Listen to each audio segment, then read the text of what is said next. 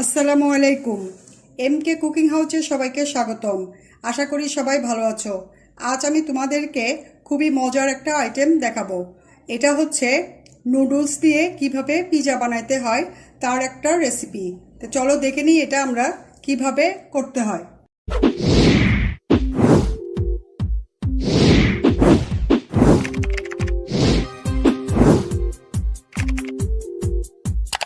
Noodles pizza করার জন্য এখানে চুলার উপরে আমি একটা পাতিল দিয়ে নিয়েছি এবং এটার মধ্যে আমি 1 কাপ পানি দিয়েছি। 2 কাপ নুডলসের জন্য 1 কাপ পানি। তো তার আগে আমি এই পানির মধ্যে নুডলসের মশলাগুলো আগে দিয়ে নিব।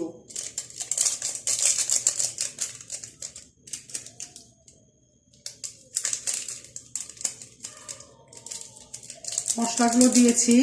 এখন এই পানিটা বলক আসলে আমি নুডলসগুলো দিয়ে দিব। মশলা দেওয়া পানিটা বলক এসেছে। এখন এটার মধ্যে আমি 2 প্যাকেট নুডলস ঢেলে দিব। এই নুডলসগুলো আমি ভেঙে নিইনি, জাস্ট যেমন ছিল তেমনই ঢেলে দিয়েছি, যেন নুডলস দিয়ে যখন পিৎজার বেসটা তৈরি করব তখন যেন নুডলসগুলো ছড়িয়ে না যায়, সেজন্য লম্বা লম্বায় যেন থাকে, সেজন্য আমি এটা ভেঙে দিইনি। তো এইখানে তোমরা যে কোনো নুডলসই ব্যবহার করতে পারো, যে কোনো ব্র্যান্ডের। আমি এখানে ইনস্ট্যান্ট নুডলস ব্যবহার করছি। নুডলসটা বলক হচ্ছে, এই পর্যায়ে আমি এটা ঢেকে পানিগুলো শুকিয়ে নিব। এখানে আমি ঢাকনাটা খুলে দেখছি, এখানে নুডলসের পানিটা অর্ধেকের মতোই শুকিয়ে গেছে, নুডলসটাও হাফ সিদ্ধ হয়েছে। এই পর্যায়ে আমি এটার মধ্যে 1 টেবিল চামচ কর্নফ্লাওয়ার দিব, কারণ কর্নফ্লাওয়ারটা দিলে নুডলস দিয়ে যখন পিৎজার বেসটা তৈরি করব তখন এই কর্নফ্লাওয়ারটা বেসটা তৈরি করতে বাইন্ডার হিসাবে কাজ করবে, নুডলসগুলো আর খুলে যাবে না। নুডলসের পানি সম্পূর্ণটাই শুকিয়ে গিয়েছে। এখন এটা আমি চুলার থেকে নেমে এটা কিছুটা ঠান্ডা করব। পিৎজার বেস তৈরি করার জন্য চুলার উপরে আমি একটা ফ্রাই প্যান দিয়ে নিয়েছি। এখন এটার মধ্যে আমি বাটার দিচ্ছি 2 চামচ। এখানে আমি নুডলসটা দিয়ে পিৎজার বেসটা তৈরি করে নেব। চুলার উপরে ফ্রাই প্যানের মধ্যে দেওয়া বাটারটা গলে গিয়েছে। এখন আমি এই নুডলসগুলো সব এটার মধ্যে দিয়ে চেপে চেপে এটা সমান করে মোটামুটি ভেজে নিব। নুডলসটা ফ্রাই প্যানের মধ্যে আমি ছড়িয়ে দিয়েছি। এখন আমি এইভাবে একটু ফ্ল্যাট করে পুরাটা সহ ছড়িয়ে দিলাম। এখন আমি এটা ঢেকে কিছুক্ষণ জাল দিয়ে এটা একসাথে যেন চেপে যায় সেভাবে একটা পিৎজার বেস তৈরি করব।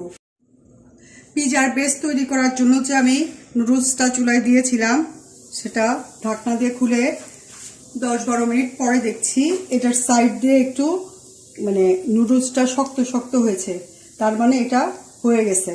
এখন আমি এটা চুলাটা অফ করে দিব। এখন আমি একটা চাকু দিয়ে সাইড থেকে একটু ছেড়ে নিব, এরপরে এটা প্লেটে আমি ঢালবো।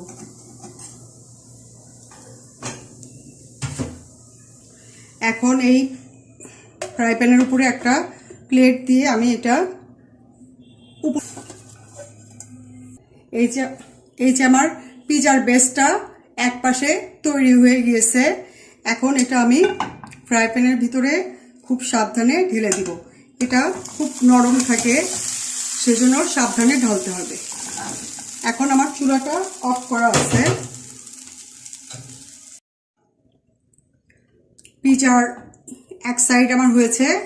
এখন এই বেসটার উপরে আমি টমেটো সস দিয়ে পুরাটা স্প্রেড করে নিব। এই টমেটো সসটা আমার ঘরে তৈরি।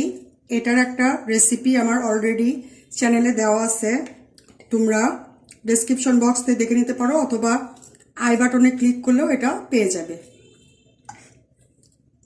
পিৎজার বেসটার উপরে আমার পুরাটা টমেটো সস স্প্রেড করে নিয়েছি। এখন এটার উপরে আমি একটু চিজ দিয়ে নিব। চিজগুলো আমি গ্রেট করে নিয়েছি।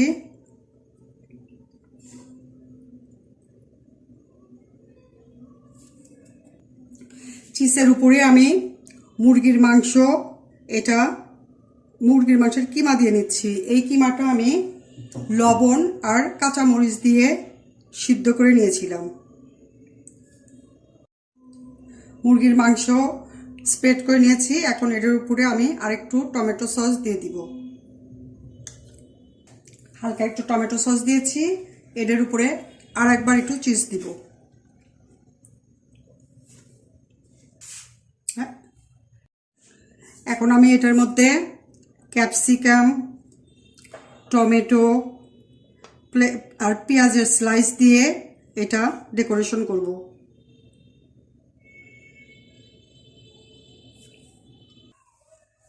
পিজার উপরে আমার টমেটো, ক্যাপসিকাম আর পেঁয়াজ দিয়ে আমি ডেকোরেশন করেছি। এখন এটার উপরে আমি একটু চিলি ফ্লেক্স দিয়ে দিব। এই চিলি ফ্লেক্সের একটা প্যাকেট আমি দিচ্ছি।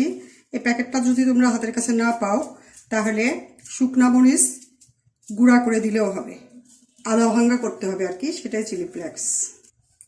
চিলি ফ্লেক্সের পরে এর মধ্যে আমি আরেকটু চিজ আবার ছিটিয়ে দিচ্ছি। পিজার সব ডেকোরেশন আমার কমপ্লিট। এখন আমি এটা ঢাকনা দিয়ে ঢেকে দিচ্ছি এবং চুলাটা অন করে দিচ্ছি। এই যে বন্ধুরা, আমার এই পিজাটা হয়ে গেছে। এখন আমি এটা সার্ভিং প্লেটে উঠে সার্ভ করে দিব। এই যে বন্ধুরা, তৈরি হয়ে গেল আমার মজার নুডলস পিজা। তো এটা তোমাদেরকে আমি কেটে দেখাচ্ছি, এটার ভিতরে এবং বাহিরে কীরকম হয়েছে সেটা দেখাচ্ছি।